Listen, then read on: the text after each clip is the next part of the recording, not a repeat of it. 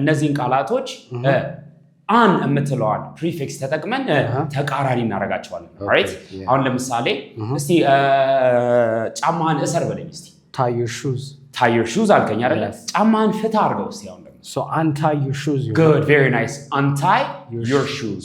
Very good. All right. Actually, the next one is zip. አሁን ለምሳሌ ዚፕን ዝጋው በለኝ እስቲ የጃኬቱ So zip up your jacket. Good. Phrasal verb አድርገን ምን እናደርጋለን? Zip up your jacket.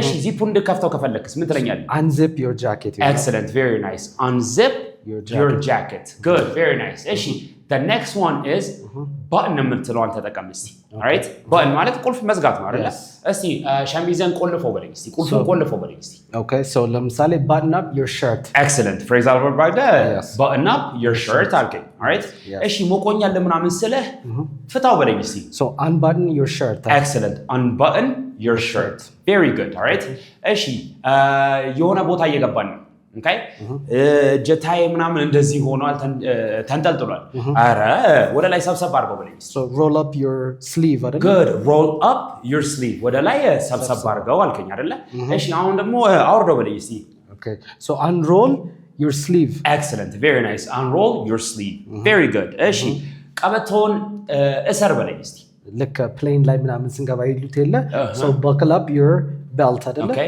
buckle up ብቻ በቂ ነው ቤልት አያስፈልግም እቺ ምን ተጠቀማት ለምንድን ነው ለቀበቶ ስለሆነ ቤልት አያስፈልግም right so buckle up your belt የሚለውን ተዋት እንተዋለን alright so ምን ትለኛለህ buckle up ብቻ በቂ ነው very nice alright እሺ ቀበቶ መፍታትስ ምን ይሆናል so unbuckle ይሆናል unbuckle your belt ትለኛለህ ቀበቶን ታስትለኝ ማለት ነው alright እሺ እናንተ ደግሞ ኮሜንት ሴክሽን ላይ ማጠፍ ምንድነው ከዛ ደግሞ የታጠፈ ነገርን መዘርጋት ምንድነው የሚለውን ነገር አን የምትለውን ፕሪፊክስ ተጠቅማችሁ ኮሜንት ላይ እንገናኝ Thank you for watching see you all next time